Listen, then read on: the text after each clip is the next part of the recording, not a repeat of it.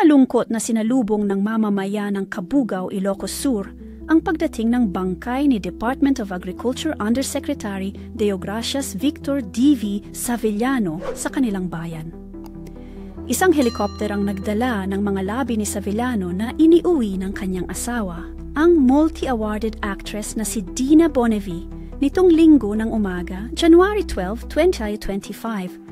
Dumating siya sa Cabugao kasama ang mga labi ng kanyang yumaong asawa at sumalubong sa kanila ang mga opisyal at miyembro ng pulisya mula sa Ilocos Sur bilang paggalang kay Savellano. Si Savellano, 65, ay pumanaw noong January 7, 2025 sa Makati Medical Center dahil sa abdominal aneurysm.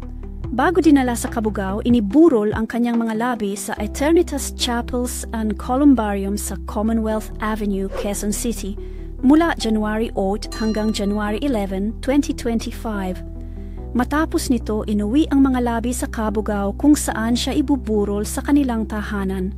Si Savellano ay kilalang-kilala sa kanyang serbisyo sa bayan. Naging gobernador at vice-gobernador siya ng Ilocos Sur, pati na rin ang House Representative ng unang distrito ng Ilocos Sur at Vice Mayor ng Cabugao.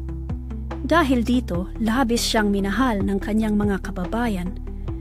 Nakatakda siyang ilibing sa Cabugao Cemetery sa January 17, 2025. Mahalaga ang pagpanaw ni Savellano sa kanyang pamilya at sa komunidad. Marami sa mga kasamahan ni Dina Bonnevie sa industriya ng entertainment ang nagbigay ng pakikiramay kay Dina na nabiyuda ilang linggo bago ang kanyang kaarawan sa Enero 27. Condolence po! Hi guys! Ito po si Helena na nagsasabing kung nagustuhan mo ang video na ito, please hit like and subscribe to our YouTube channel. Maraming salamat!